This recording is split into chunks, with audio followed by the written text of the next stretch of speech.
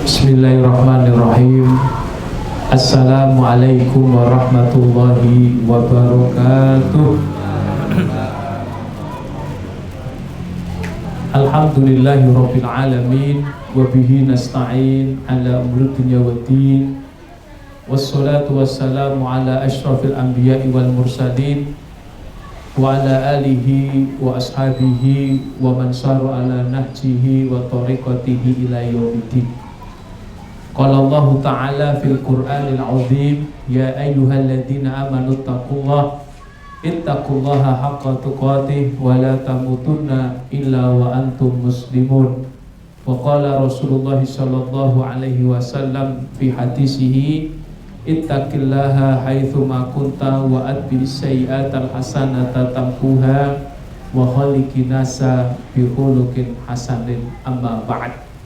Bapak-bapak dan ibu-ibu jamaah parkiran dakwah ingkang dirahmati oleh Allah, alhamdulillah, mari kita bersyukur pada Allah di malam ini. Allah masih mengkaruniakan pada kita nikmat sehat, nikmat iman, sehingga kita masih diberikan oleh Allah kesempatan untuk melangkahkan kaki kita dari rumah menuju masjid ini dalam rangka bertolabul ilmi. Mudah-mudahan Bapak Ibu, kegiatan kita pada malam ini mendapatkan ridho dari Allah Subhanahu wa Ta'ala. Mudah-mudahan kegiatan kita ini bernilai pahala yang besar kelak di sisi Allah Subhanahu wa Ta'ala. Bapak Ibu rahimakumullah, pada malam ini tema kita adalah memperbaiki hati kita supaya iman kita menjadi kuat.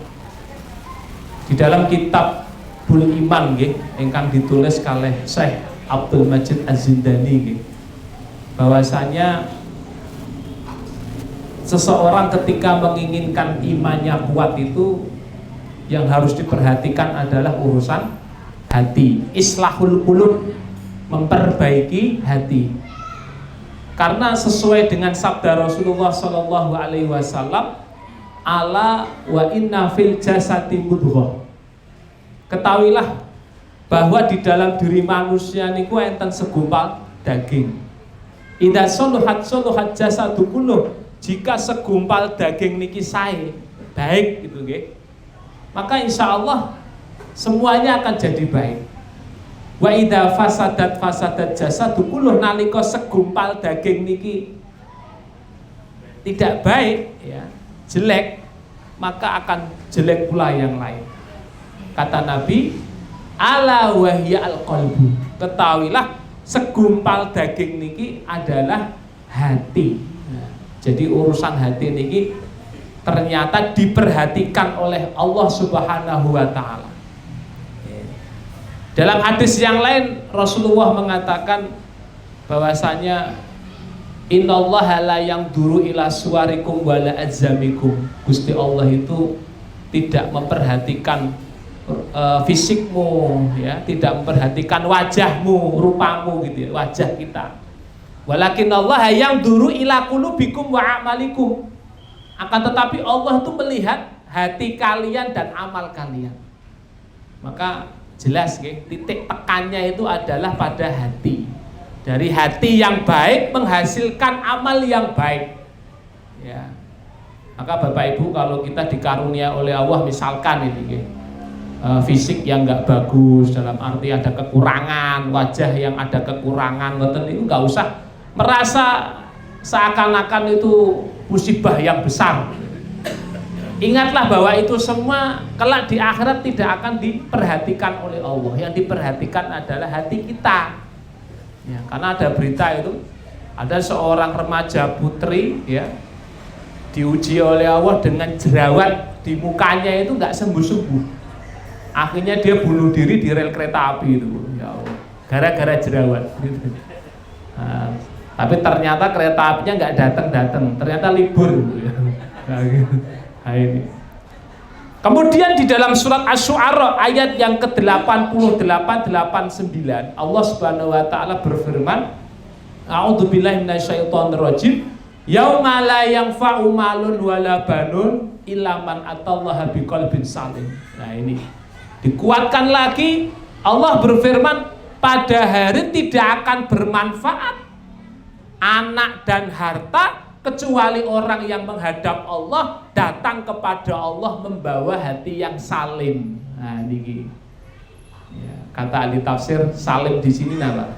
Salimu minasyirki, hatinya selamat dari benih-benih kemusyrikan. Ya, besok itu kalau ada hati menghadap Allah kok hatinya itu tidak ada benih-benih kesyirikan, selamat insyaallah.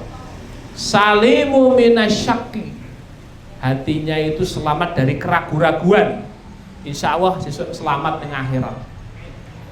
Hatinya selamat dari sakit, ya, diantaranya adalah hatinya tidak sakit, hatinya tidak buruk. Nah, jadi ini yang diperhatikan oleh Allah.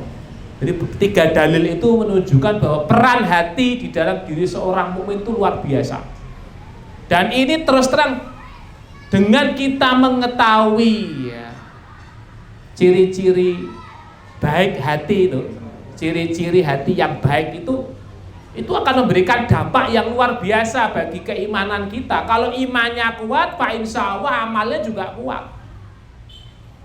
Dalam buku ini terangkan, fakama anal ardos solihah li ziro'ah tatasifu bi ausofit, sebagaimana yang namanya tanah yang baik ya, untuk ditanami harus memiliki spesifikasi yang baik.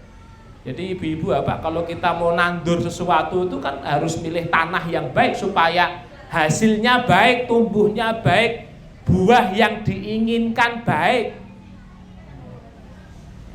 Nggak mungkin kita nandur ya di aspal ya, nggak akan tumbuh ya. Pasti kita rawat, kita kasih pupuk, kita sirami, kita pilihkan tanah yang baik. Fakadzalika qalbul mukmin, begitu juga hati seorang mukmin. Kalau kita merasa mukmin, harus betul-betul memuhasabai apakah saya ini orang mukmin memiliki hati sebagaimana hatinya orang mukmin, atau sebaliknya kita ngaku mukmin tapi hati kita, naudzubillah, sifatnya hati yang dimiliki oleh orang munafik, orang-orang yang nggak beriman, naudzubillah. Makanya di antara tanda-tanda, ciri-ciri hati yang baik yang akan memperbaiki iman, menguatkan iman, itu disampaikan oleh Syekh Abdul Majid Az-Zini dalam Kitabul Iman. Ini ada 7. Nah, ini. Jadi kalau orang mukmin itu seharusnya memiliki sifat hati yang seperti ini. Yang pertama kata beliau, yaitu al-iqbalu alal haqqi. Ciri hati orang mukmin itu ya, ciri hati orang mukmin yang baik itu adalah selalu menerima kebenaran. Nah, ini gitu. Selalu menerima kebenaran meskipun yang datang dari orang yang di bawah kita, meskipun yang datang dari orang yang di atas kita, meskipun datang dari siapapun, tapi kalau itu benar yang datang dari Allah dan Rasulnya, wajib kita terima, tidak boleh nolak. Nah, itu ciri hati yang baik ya. Karena orang yang hatinya baik menerima kebenaran, pasti orang itu akan mendapatkan hidayah dari Allah Subhanahu wa taala. Wonten surat Az-Zumar. Nah, niki Az-Zumar ayat yang ke-17, ayat yang ke-18. A'udzu billahi minasyaitonir rajim. Fabasyir ibad. Berikanlah kabar gembira kepada seorang hamba. Siapa yang mendapatkan kabar gembira dari Allah? Alladzina yastami'unal qaul. Cirinya orang yang mendapatkan kabar gembira di akhirat besok dengan kenikmatan adalah orang yang mau mendengarkan perkataan. Ya, apa? Yastami'unal qaul. Perkataan ini maksudnya perkataan apa, Bapak Ibu? Al-Quran. Mau dengarkan ayat-ayat Allah, mau dengarkan hadis-hadis Nabi. Masya Allah. Kalau telinga kita ini Bapak Ibu mau dengarkan perkataannya Allah, firmannya Allah, sabdanya Rasulullah, Itu tandanya hatinya baik. Tidak hanya itu, fayattabi'una ahsanah, lalu dia mau mengikuti perkataan yang disampaikan itu. Dia mau mendengarkan dan mengikuti petunjuk itu. Jadi ada dua cirinya nih. Berikanlah kabar gembira kepada orang yang mau mendengar perkataan yang baik dan mengikutinya. Kata Allah, ulaikal ladzina hadahumullah. Mereka adalah orang-orang yang mendapatkan petunjuk dari Allah. Makanya Bapak Ibu, kalau kita hari ini diberikan dua ini, bersyukurlah. Karena itu tandanya bahwa kita masih diberi hidayah oleh Allah. Satu, dengarkan perkataan yang baik. Kita masih sering dengarkan pengajian. Di pengajian itu disebut ayat-ayat Allah, disampaikan hadis-hadis Rasulullah. Pulang ke rumah diamalkan. Itu tanda orang yang hatinya baik dan tanda orang yang dapat petunjuk. Di saat hari ini orang ketika mendengar perkataan yang baik itu nggak gampang. Apa meneh merakteke gitu ya. Kita suruh untuk kerjakan sholat, Bu, kerjakan sholat. Jenengan kok boten sholat 5 waktu, padahal Gusti Allah pun ngendika aqimus sholah. Dengarkan perkataan gitu aja sudah dia tidak mau nerima. Jawabannya alah sholat rak marake sugih, malah ngoten Bu. Atau jawabannya nyengit gitu, malah jawabannya kowe rak usah ngandani aku mangan rak njaluk kowe. Lah sapa sing kok njaluk aku? Lah niku kowe rasa ngurusi aku karepe dhewe, aku ya ora ngrepotke kowe. Malah gitu debat malah istilahnya apa itu, bantai terus. Loh ini contohnya begitu Bu. Dengarkan perkataan yang baik aja enggak mau. Ya, kalau kamu nggak sholat, ancamannya Allah ada loh di akhirat berupa neraka. Wis ben mlebu neraka ora apa-apa, koncone akeh, malah ngoten. Neraka diciptake ra ono sing mlebu kok nganggur. Malah ngomong ngoten Bu. Nah ini sudah nggak mau dengarkan, apalagi ngikuti. Nah ini makanya luar biasa nikmat orang kalau mau dengarkan nasihat kebaikan lalu diikuti. Ini nikmat yang luar biasa. Ada orang yang mau nerima nasihat tapi mentok pada hanya dengarkan tok, tapi tidak mau mengamalkan apa yang disampaikan. Nah ini juga belum lengkap. Makanya kita selalu minta hidayah sama Allah Bapak Ibu, supaya kita ini selalu diberikan kekuatan dalam beramal. Kadang-kadang kita tuh kalau njaluk hidayah cuma rezeki sing berkah, keluarga sing sehat, dilengkapi. Itu boleh, tapi dilengkapi. Ya Allah, berikanlah ilmu agama yang benar, tunjukkan yang benar-benar ya Allah. Kalau sudah dapat kebenaran ya Allah, berikanlah kemampuan kepada kami untuk mengamalkan kebenaran itu. Karena urusan amal itu bukan masalah fisik Bapak Ibu, bukan masalah fisik tok. Urusannya hati lagi.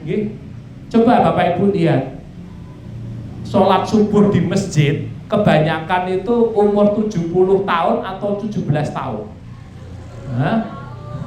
70 tahun, ya Allah, bambai iki lho mesake ya Bu ya.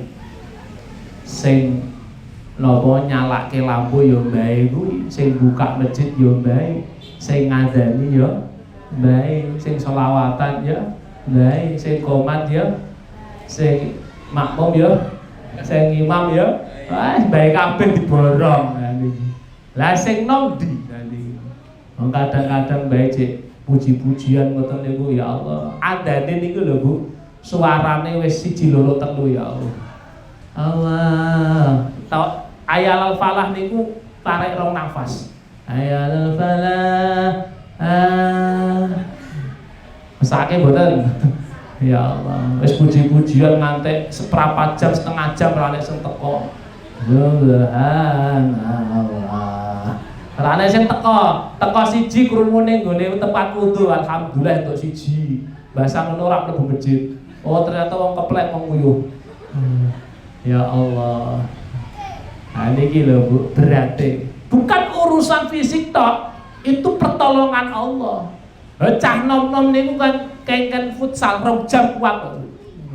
Nggih, Pak. 2 jam kuat futsal kono apa meneh. Melayu muteri lapangan wonten niku kuat. Jajal kon salat tarawih sejam niku lho. Makmume salam imame salam makmume wis bubar kabeh lha niku. Kadang-kadang ya sing ibu-ibu ngoten kok. Golek imam sing macane cepat kilat nyalip kol. Surat andalane napa Bu? Ina tena karo iso meh tarawih urang pirang sasi meneh. Ya. Yen tarawih niku sangure mason Bu. Jadi pegel di. Nah niki ya Allah. Makanya penting minta kepada Allah supaya diberikan ilmu yang benar, mengamalkan apa yang kita ilmui. Berapa banyak orang tahu keutamaan sholat tahajud, keutamaan baca Quran, tetapi berapa banyak pula orang yang mau melaksanakan dalam ranah amal ini loh. Sekali lagi urusan amal itu hati. Kita lihat sahabat Abdullah bin Umi Maktum, seorang sahabat yang buta, tua, nggak ada yang nuntun ke masjid. Ya Allah, meskipun sudah tua, nggak ada yang nuntun ke masjid, ya beliau tetap ke masjid berjamaah. Ya Allah. Karena saking berharap fadilah yang sangat besar. Lah, amal qulubul kafirah as-sakimah. Lah niki. Adapun hati orang kafir sakit, fataroha mu'ridotan anil haq. Kalau orang yang gak beriman tuh hatinya sakit, kamu akan melihat dia akan berpaling dari kebenaran, gak akan mau terima. Nah niki fatabqa jahilatan la tahtadi ilaih. Dia akan tetap di dalam kebodohannya, tidak mendapatkan petunjuk saking Allah Subhanahu wa taala. Surat Al-An'am ayat 4. Wa ma ta'tihim min ayatin min ayati rabbihim illa kanu anha mu'ridin. Dan kamu datangkan kepada mereka tanda-tanda kekuasaan Allah, tanda-tanda ayat-ayat Allah, kecuali mereka akan berpaling dari Allah Subhanahu wa taala. Mulane nggih Bapak Ibu, sing penting gelem nrimo, meskipun kadang-kadang kabar-kabar saking Al-Qur'an, saking hadis kok ora sesuai dengan akal kita, enggak nyandak, wis pokoke iman, nggih, iman. Kan enten niku, sesuk ning surga niku enten sungai-sungai khamr. Waduh, sungai khamr kok aku njegur mabuk. Enggak usah dipikir, enten sungai-sungai madu. Wah aku njegur pliket kabeh awakku. Enggak usah dipikir, yang sing jelas ning swarga niku nikmat. Atau ada ayat-ayat yang kadang-kadang kita nggak seret, tapi nggak boleh kita menolak. Misalkan laki-laki boleh menikah lebih dari satu, ini biasanya ibu-ibu rada gitu. Nggak boleh ditolak, tetap harus diimani. Karena ada orang yang mampu imannya melaksanakan, ya kan? Ada orang yang nggak mampu, tapi itu kebenaran, itu boleh lah gitu. Contohnya gitu, tapi nggak boleh menolak, ya. Karena setiap ada ayat, setiap ada hadis, kita harus menerima gitu. Meskipun kita belum mampu mengamalkan, mungkin karena keimanan kita masih lemah. Karena ada orang yang mampu mengamalkan, nyatanya dia punya istri 4, itu ya baik-baik aja, bahagia. Ada, ya ini contohnya begitu. Nah ini tanda hati yang baik ya Bapak Ibu. Kemudian yang kedua, di antara ciri hati yang baik supaya iman kita kuat adalah hubbul haq wan sirahus sadri lil Islam, yaitu dia mencintai kebenaran, senang dengan kebaikan itu, senang. Kalau panjenengan diparingi kali Gusti Allah, senang kebaikan, senang keremenan nggih, salat senang, maca Quran senang, niku tondo bahwa hati panjenengan niku sae, apik niku. Napa meneh ora mung seneng, apalagi dia tidak hanya seneng, tapi malah bisa menikmati. Wah niki. Wasahibul qalbi salim yuhibbul haq. Hati yang salim, hati yang baik itu mencintai kebenaran. Soalnya ono Bu wong Islam tapi karo kebaikan itu benci, kathah mboten. Nah, kalau wong sholat benci, karo wong ngaji benci, karo wong sing jalan ke agama ndak suka. Lah niku tandane hatinya sakit. Wayan sarihu sadru li ta'allumil Islam, dia mau pelajari Islam, Masya Allah. Hatinya senang sekali, apalagi bisa menikmati. Nabi Muhammad SAW itu Bu, beliau bisa menjadikan sholat itu menjadi penyejuk mata. Ju'ilat liqurrati aini as-sholah, telah dijadikan kepadaku penyejuk pandanganku adalah sholat. Makanya Nabi itu kalau sholat, ya Allah, kalau pas sendirian sampai kakinya bengkak-bengkak Bu ya. Ibunda Aisyah sampai tanya, ya Rasulullah, lima tasna'u hadza, kenapa kau berbuat demikian? Waqad ghafarallahu laka min dzambika ma taqaddama wa ma ta'akhkhar. Padahal Gusti Allah niku pun jamin panjenengan ya Rasulullah, dosa-dosane panjenengan niku pun diampuni yang lalu dan yang akan datang. Tapi kok panjenengan tasih salat ngantek kakinya bengkak sikile ya Allah. Kita pernah nggak Bapak Ibu salat kakinya sampai bengkak? Nah, paling bengkake gara-gara napa? Tiba saka motor. Nah niki. Apa jawab Rasulullah, hafala uhibbu an akuna abdan sakura. Apa aku ra entuk dadi hamba sing bersyukur, Masya Allah. Nabi sanajan dikabari dijamin lebet swarga, diampuni dosane sing lalu wis pokok men resik lah. Beliau tetap bersyukur, ora langsung hura-hura ngoten niku, malah semakin taat kalih Gusti Allah. Malah sujute suwi, salate nikmat, meresapi. Ya, yang dibaca apa Bu? Surat Al-Baqarah, lanjut surat Ali Imran, lanjut surat An-Nisa. Kira-kira ono imam kaya ngene sanggup mboten? Imamnya sing ra sanggup. Imamnya kene mungkin. Imamnya kono-kono sanggup sing hafid-hafid. Lah niki. Lah kemudian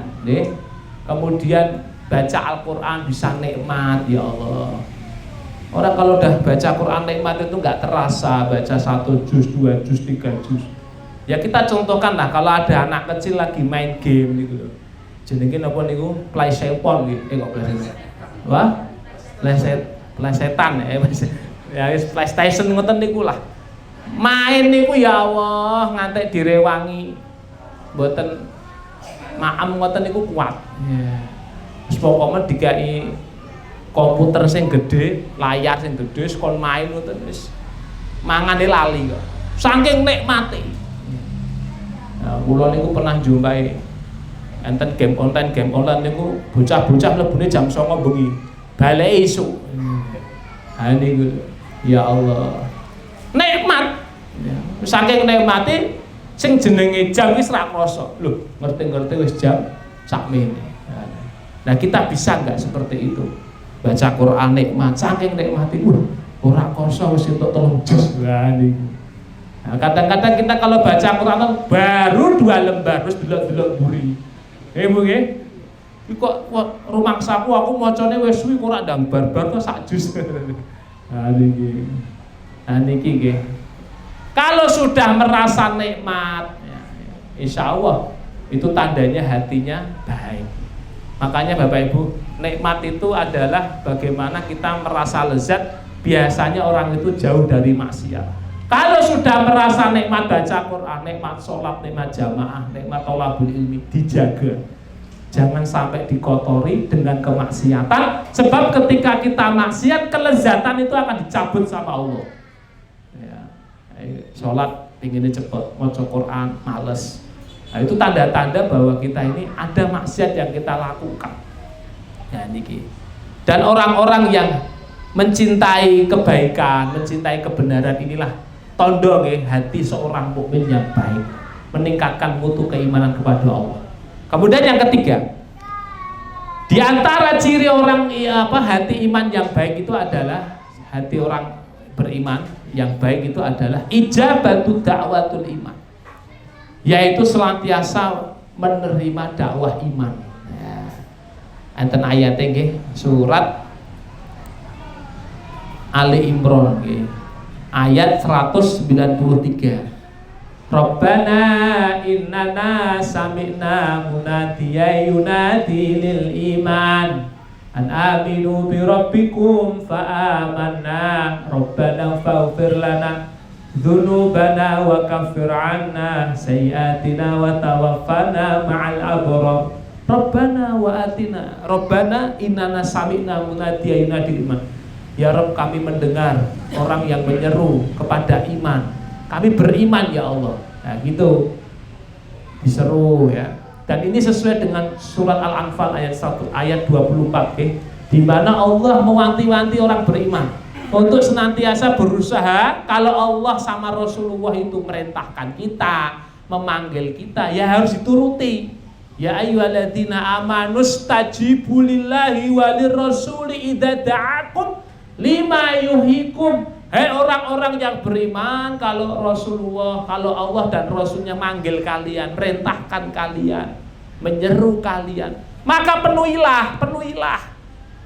Lima yuhikum, dengan kita memenuhi panggilan Allah dan panggilan Rasulullah, insya Allah Allah kasih jaminan. Apa itu? Pikirannya tenang, hatinya tenang.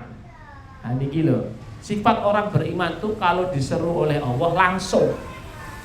Kalau ada ya ayyuhalladzina amanu ya Bu ya, ini garis bawah ini apa sih? Ini mesti penting ini. Apa dikongkon apa niki? Lah niki. Sebab wa'lamu. Lah niki lho. Gusti Allah niku ngendika, ketahuilah annallaha yahulu bainal mar'i wa qalbih. Gusti Allah niku membatasi hati orang beriman. Membatasi ini maksudnya bisa merubah. Kalau orang beriman itu tidak sibuk di dalam aktivitasnya, dalam frame perintah Allah, dalam frame perintahnya Rasulullah, dalam kebaikan, pasti Allah akan condongkan kepada yang lain. Kalau dia itu tidak banyak memenuhi panggilan Allah dan Rasulnya, pasti akan memenuhi panggilan setan. Yahulu bainal mu'min wal kafir. Orang beriman dulunya karena ninggalkan Allah, kalau Allah nyeru, Rasulullah nyeru atau dituruti, bisa dirubah kali Gusti Allah. Dhisike iman, saiki dadi mboten iman, gampang. Napa meneh Nabi ngendika yusbihu mu'min badirul a'mal fitanan, ayo segera beramal sebelum datang sebuah fitnah, yang fitnah itu seperti potongan-potongan malam, yang mana ketika orang kena fitnah itu, nah niki yusbihu mu'min wa yumsi kafir. Paginya iman, sorene wis mboten iman, durasine mboten ngantek seminggu, cukup hanya sore ngantek isuk ngantek sore. Wa yumsi mu'minan wa yusbihu kafiron, sorenya iman, paginya wis mboten iman. Lho napa sebabe? Ya bi adinahu bi arodi minad dunya, karena dia menjual agamanya dengan sedikit kenikmatan dunia. Terbukti kan nggih? Rela agamanya ditukar sembako. Nah niki. Kowe gelem ra tak kei iki, tapi syaratnya ya kalau hari Ahad pagi kowe ning nggone tempat ibadahku ngoten. Gampang kan dirubah. Kenapa akhirnya lemah? Karena jauh dari panggilannya Allah Subhanahu wa taala dan panggilannya Rasulullah. Hati-hati nih. Ya. Yahulu baina taatihi wa maksiatihi, dirubah oleh Allah bisa sekali. Dhisike taat, saiki dadi maksiat karena tidak dekat sama Allah, karena jauh dari Rasulullah, jauh dari Allah. Ono adzan, iku seruan Allah. Hayya 'alas shalah, ini segera. Akhirnya lama-lama ngeremehkan, lama-lama sholatnya bolong, lama-lama ninggalke sholat, lama-lama maksiat. Ini bahayanya nih, kalau hatinya nggak terima dengan panggilannya Allah, panggilan keimanan. Niki Bapak Ibu bisa dirubah oleh Allah. Hati-hati niki. Mulane penting nggih mencari komunitas orang-orang soleh supaya kita ini napa dirawat kalih Gusti Allah imane, dirawat ketaatane kalih Allah. Yahulu baina imanihi wa hawahu. Biyen melu iman, saiki ngikuti hawa nafsune. Biyen sering kalau ada sesuatu larinya ke Allah, larinya ke Allah, larinya ke Allah. Ada masalah larinya ke Allah. Sekarang karena ora tau salat, ora tau ngambah perintah Allah, mboten cedak kalih wong-wong sing saleh. Akhirnya larinya hawa nafsu ke tempat maksiat. Nah niki lho. Tukaran karo bojone larinya ke tempat maksiat. Omben-omben ya. Malah balik wis pindah alam kecelakaan niku naudzubillah min dzalik. Lah wa annahu ilaihi tuhsarun. Besok kita dikumpulkan oleh Allah untuk mempertanggungjawabkan amal kita. Nah, untuk memompa ini Bu, Bapak Ibu, ayo banyak-banyak membaca Al-Quran. Kita harus renungi bersama janji-janji Allah, ancaman-ancaman Allah. Niki insya Allah membuat hati kita semakin kuat, iman kita semakin kuat. Jadi Gusti Allah niku janji ini napa teng Al-Quran. Oh, swarga nikmate napa? Nah, digoleki teng swarga enten bidodari, teng swarga enten buah-buahan, enten sungai-sungai yang mengalir sing enak-enak niku nggih. Dikuate niku, diimani niku. Teng neraka sesuk enten siksa. Wong-wong sing boten iman niku sesuk dibakar kalih Gusti Allah sampai kulite mateng. Yen kulite wis mateng dibakar meneh. Innal ladzina kafaru bi ayatina saufa nuslihim naro. Orang-orang yang tidak beriman dengan ayat-ayatku kami cepakke neraka, kami siapkan neraka. Kullama natijat juluduhum, nalika kulite niku mateng, nggih mateng, kami ganti badal ngajulu dan ghairuha. Kami ganti kulitnya yang baru lagi. Liyadukul adab, agar dia merasakan adab. Dan itu gak akan berhenti. Khalidina fiha abada. Nah, ini direnungi bersama-sama. Sebab dengan kita banyak merenungi nikmat swarga, siksa neraka, ini memunculkan iman yang kuat, sehingga insya Allah amal kita juga akan banyak. Sebab para ulama ngendika, kalau orang sudah beriman dengan sesuatu yang gaib, siksa akhirat, nikmat surga, siksa neraka, nikmat surga, siksa kubur, nikmat kubur, terus pokoknya alam akhirat niku nggih, enten mahsyar, enten sirat, enten mizan, enten hisab. Niku insya Allah memunculkan 4 hal bagi orang beriman. Pertama, al-ikhlas fil amal. Insya Allah orang yang selalu ingat janji, ingat ancaman Allah, piyambake yen amal insya Allah ikhlas. Kenapa? Karena dia meyakini balasannya Gusti Allah itu lebih besar, lebih baik daripada balasannya manusia. Lah iki lho. Mulane yen awake dhewe ngamal, udah hilangkan riya, sum'ah. Alah penilaian wong niku kecil lah. Tapi kalau kita dinilai oleh Allah itu besar sekali, Masya Allah. Yang kita cari adalah penilaian Allah, balasannya Allah Subhanahu wa ta'ala. Yang kedua, al-quwatu 'alal ibadah. Al-quwatu fil ibadah. Dia akan kuat di dalam ibadah kepada Allah. Semangat. Ibadahnya itu semangat karena dia ingin mendapatkan apa yang dijanjikan oleh Allah. Dan dia takut sama Allah untuk bermaksiat karena dia tidak mau mendapatkan ancaman itu. Niki lho manfaatnya menerima dakwah iman niki lho. Ya Allah. Yang ketiga, al-ihtiqar bimadhahiri dunyawiyah. Dia akan meremehkan kehidupan dunia. Maksudnya dunia ini dia setir untuk akhiratnya. Bukan dia diperdaya dunia sehingga melalaikan akhirat. Lah niku kan anten niku goro-goro perusahaane, goro-goro tokone, goro-goro dunyane ora tahu salat, lali salate, lali ngajine, lali Qur'ane. Ha niku hati-hati. Bagi orang yang insya Allah iman kepada akhirat, dia dunia dia setir. Ini waktunya sholat tutup. Ini waktunya ngaji, ya saya ngaji. Ya ngoten nih. Kayak Ibunda Asiyah niku lho. Meskipun di sekitarnya gemerlap istananya Fir'aun, tapi dia berdoa kepada Allah, Rabbi benili indaka baitan fil jannah wa najini min fir'auna wa amalihi wa najini minal qaumidz dzalimin. Ibunda Asiyah itu meskipun gemerlap dunia di sekitarnya tapi tidak tertarik.